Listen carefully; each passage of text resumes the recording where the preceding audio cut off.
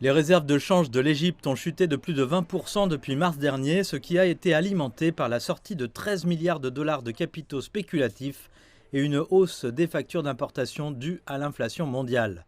La baisse des revenus du tourisme et la dévaluation de plus de 24% de la livre égyptienne ont aggravé la situation. Cela a eu un impact sur les citoyens car les hausses de prix et la poursuite de la dépréciation de la livre égyptienne de 10 à 15% supplémentaires au cours de la prochaine période entraîneront de nouvelles hausses de prix, une inflation plus élevée et davantage de charges pour les citoyens.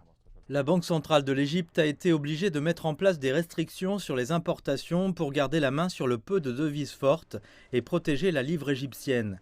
Cependant, cela n'a pas été une bonne nouvelle pour la communauté des affaires, en particulier pour les fabricants comme Kamal El Dessouki. Le problème est que les usines ferment lorsque nous ne sommes pas en mesure d'importer nos matières premières. Cela affecte la fabrication et diminue les produits locaux sur les marchés. Les difficultés rencontrées par les producteurs ont incité le nouveau gouverneur de la Banque centrale à assouplir les restrictions sur les importations de matières premières.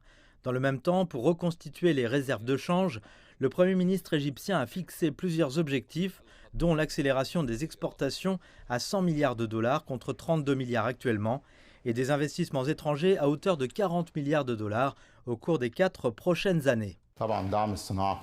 Le soutien au secteur privé est essentiel à la réussite de ce plan.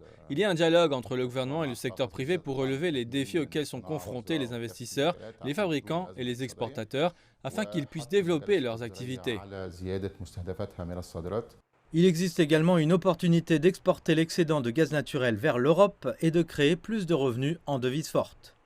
Le gouvernement attend également avec impatience un prêt crucial du FMI qui pourrait déverrouiller la porte ouvrant sur un flux d'investissement pour soutenir les réserves de la Banque centrale.